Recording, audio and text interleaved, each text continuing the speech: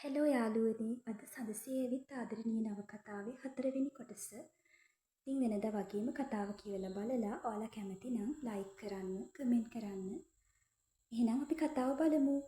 ගිහින් එන්න.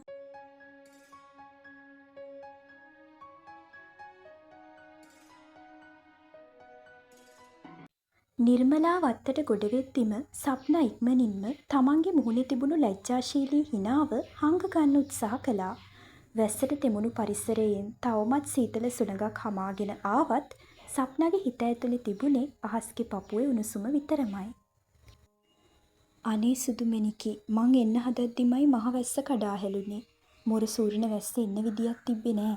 වැස්ස ටිකක් අඩු කළ පාර මං දුවගෙන ආවේ සුදුමැණිකි කුණ්ඩෙත් එත වැස්සට තෙමුණද? ඔව් නැන්දේ මම මේ අර වත්තපල්ලෙහා දර ටික එකතු කරන්න යද්දි වැස්සට ආ වුණානේ. අයියෝ සුදුමැණිකි දර ටික ගත්තද? මට මතක නැති වුණානේ දර ටික අරන් දාලා යන්නවත්. හොඳටම අකුණුත් කොටන්න ගත්තා නේද? මැණිකි තනියම ඉද්දි බය වුණාද? නෑ නැන්දේ මේ ඒ වෙලාවෙම වගේ අහස් ආවා. සප්නා බිම බලාගෙන හෙමින් කිව්වේ කම්මුල් ආයෙමත් රතු වෙද්දී.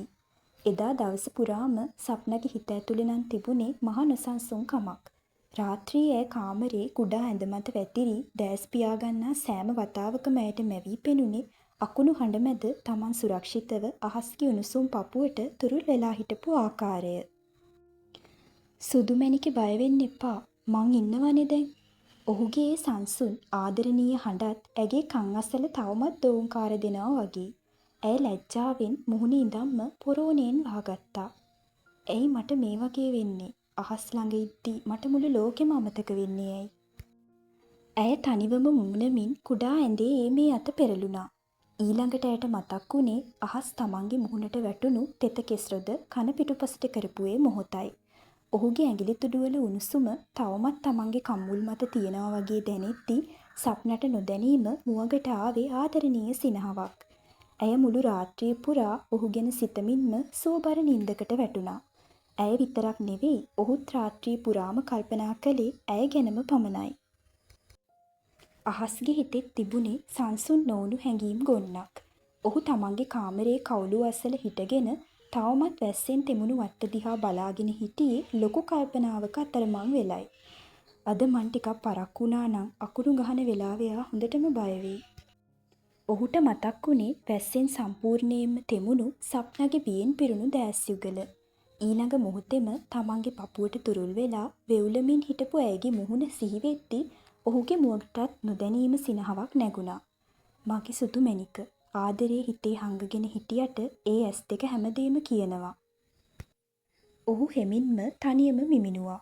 ඒත් ඔහුගේ මුවගට නැගුණු සිනහව ඊළඟ මොහොතේම ටිකක් බැරෑරුම් වුණා. මං සුදුමැණිකව ගොඩක් පරිස්සම් කරන්න ඕන. එයා හැමදාම සන්තෝෂෙන් hina වෙලා ඉන්නව දකින්න විතරයි මට ඕනේ. ඔහු ඇඳේ වැතිරුණත් නිින්ද ඉක්මනින්ම ඔහු කරා ආවේ නම් නැහැ. ඔහුගේ මතකෙට ආවේ සප්න ලැජ්ජාවෙන් බිම බලාගෙන කතා කරපු හැටි, කම්මුල් රත්තු වෙලා හිටපු හැටි, වැස්සෙන් තෙමුණු දිගු කෙස්රොද මුහුණට වැටිලා තිබුණු හැටි. ඒ වගේම ඔහු වැඩිපුරම ආස කළේ සප්නගේ හිනාවට. ඒ හිනාව හරිම ලස්සනයි. ඔහු ඇය ගැන සිතමින්ම ටික වෙලාවකින් සුවදායී නින්දකට මුල පිරුවා. දවස් ටික ගත වෙද්දී අහස්ගේ සප්නගේ නිහඬ ආදර කතාව තව තවත් ලස්සන වුණා. හැමදාම හවස තමන් එන දිහා බලා ඉන්න සප්නව දකිද්දී අහස්ගේ මුහුණට එන ඒ ආදරණීය සිනහවත් සප්න ලැජ්ජාවෙන් බිම බලාගෙන ගේ ඇතුළට දුවන ඒ සුන්දර පුරුද්දත් ඔවුන්ගේ ජීවිතවල සුන්දරම කොටසක් බවට පත් වෙලා තිබුණා. උදා වුණු හැම දවසක්ම ඔවුන්ගේ ජීවිතවලට අරන් ආවේ අලුත්ම බලාපොරොත්තුවක්. මුලින්ම හිතල තිබුණු නාඳුනන බව ආගන්තුක බව දවස් ගත වෙද්දී කෙමෙන් දිය වෙලා ගියා. පහුගිය දවස්වල වචනයකට දෙකකට සීමා වුණු ඔවුන්ගේ ආදරණීය කතාව දැන් සුන්දර මිත්‍රත්වයකිනුත් හැඩවෙන්න පටන් අරන්. අහස් ගෙදර ආපු වෙලාවට විතරක් නෙවෙයි නිවාඩු දවසටත් දෙන්න එකතු වෙලා එක දේවල් කතා කරන්න දැන් හුරු වෙලා. ආනේ සුදුමැණිකේ අඬ ලුණු කපන්නේ. නිවාඩු දවසක දවල් වරුවේ අහස් කුස්සියේ වැඩ කරමින් ඉන්න සප්න දිහා බල්ලා සිනාසුනේ ඇයට තවත් ලං වෙන ගමන්. වෙනදා වගේ වචනයකට දෙකකට සීමා වුණු ලැජ්ජාව දැන් ඔවුන් අතරින් ටිකක් ඈත් වෙලා ඒ වෙනුවට ලස්සන යාළුකමක් දෙන්නගෙම හිතලා ඇති වෙලා තිබුණා. අනේ මේ විහිළු කරන්න එපා අහස්. මේ ලූණු සැරයි ඒකයි කඳුළු වෙන්නේ. සප්න හුරතල් විදිහට තොල් දෙක උල් කරමින් කිව්වා. කෝ දෙන්න බලන්න පිහිය මට. ඔයාට වඩා හොඳට මං ඕවා කපන්න දන්නවා. අහස් ඇය අතින් පිහිය ගනිද්දි සප්න පුදුමෙන් වගේ ඔහු දිහා බලන් හිටියා. ඇත්තට? හා බලමුකෝ එහෙනම් අහස්ගේ වැඩ කොහොමද කියලා. සප්න කටකොනකින් hina වෙලා කිව්වා. දැන් ඉස්සර වගේ නෙවෙයි. ඇයට අහස් එක්ක නිදහසේ විහිළු තහළු කරන්න තරම් සමීප බවක් දැනුණා. සුදුමැණිකේ, ඔයාට දැන් මෙහි ඉද්දි පාළු හිතෙන්නේ නෑ නේද? හැබැයි මට වෙලාවකට හිතෙනවා මැණිකේ මේ ජීවිතේට හැඩගැහෙන්න ගොඩක් දුක් විඳිනවා ඇති කියලා.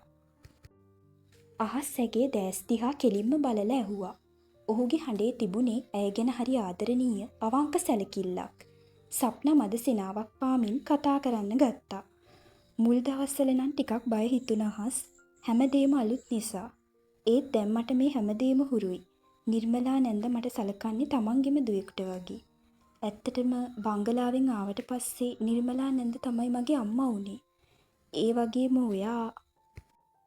ඇය එකපාරටම කතාව නතර කරලා බිම බලා ගත්තා. ඇයි සුදුමැණිකේ කතාව නැවැත්තුවේ? අහස් පිහිය පැත්තකින් තියලා ඇය ළඟට පියවරක් ලං වුණේ ඇගේ මුවින් Taman ගැන පිටවෙන වදන් ඇසීමට ඇති ආශාවෙන් සහ කුතුහලෙන්. මට හැමතිස්සෙම මං ගැන හොයලා බලන්න මාව ආරක්ෂා කරන්න කෙනෙක් ඉන්නවා කියලා දැනෙද්දී හිතට පුදුමාකාර නිදහසක් දැනෙනවා. ඔයා එදා මාව මෙහි පරිස්සමට එක්කගෙන ආවනේ. ඇත්තටම ඔයා මට සප්න ලැජ්ජාවෙන් වගේ ගොත ගහ වචන අහුලන්න උත්සාහ කරද්දී අහස්ගේ මුහුණේ ඇඳුනේ සංසුන් ආදරණීය හිනාවක්. දැන් ඔවුන් අතර තිබුණේ අර මුල් දවස්වල තිබුණු ලැජ්ජාව සහ පසුබෑම විතරක්ම නෙවෙයි. ඕනෑම දෙයක් නිදහසේ බෙදා ගන්න පුළුවන් හොඳ යාළුකමකුත් ඔවුන් අතර ගොඩ නැගිලා තිබුණා. මම සුදුමැණිකගේ හොඳ යාළුවෙක් වගේ නේද?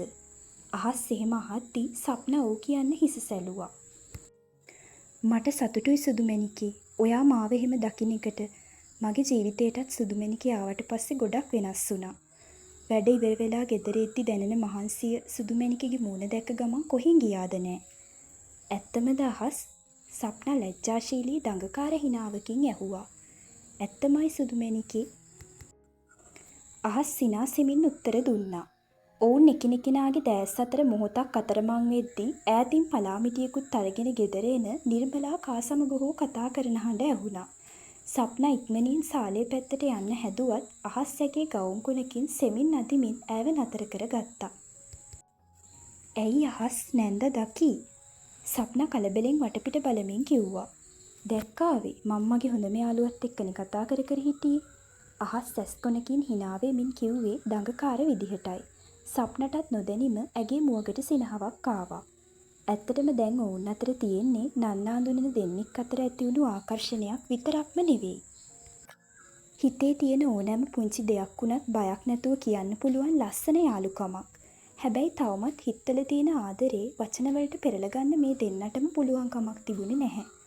අනේ මේ අතහරින්නකෝ අහස්. නැන්දා දැන් කුස්සියට එයි. සප්නා තමන්ගේ ගවුම් කුණ අදිමින් පොඩි පොරබැදීමක යෙදුනේ දැස් වලින් ආදරණීය බැගෑපත් කමක් පෙන්වන ගමන්. බෑ මං අතහරින්නේ නෑ. අහස් තව තවත් දඟකාර වෙමින් ඇගේ ගවුම් කුණ තදින් අල්ලගත්තා.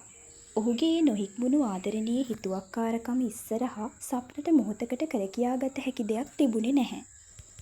අහස් අනේ අතහරින්නකෝ.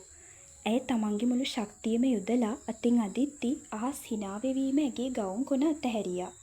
සප්නගේ මුළු මුහුණම ලැජ්ජාවෙන් සහ සතුටෙන් රත් පැහැවෙද්දී ඇය තමන්ගේ මුවගට ආපු ලැජ්ජාශීලී හිනාවත් හංගගෙනම ස්තෝප්පුව දිහාට දිව්වා. සුදුමැණිකේ ඇයි මේ කලබලෙන්? කුස්සියට ගොඩ වුණු නිර්මලා පලාමිටිය පැත්තකින් තියෙන ගමන් ස්තෝප්පුව දිහාට දුවන සප්නා දිහායි කුස්සිය පිහියත් අතේ තියාගෙන තනියම hina වෙන අහස් දිහායි මාරුවෙන් මාරුවට බැලුවා. අහස් තමන්ගේ හිස කසමින් කිසිවක් සිදු නොවූ ගානට ලූණු ගෙඩියක් අතට ගත්තේ සප්න ලැජ්ජාවෙන් රතු වෙලා දුවපු ඒ සුන්දර දසුන තමන්ගේ හදවතේ තව තවත් තදින් සිතුවම් කරගන්නා ගමන්. තවත් ලස්සන කොටසකින් හමු වෙමු. සුබ දවසක්.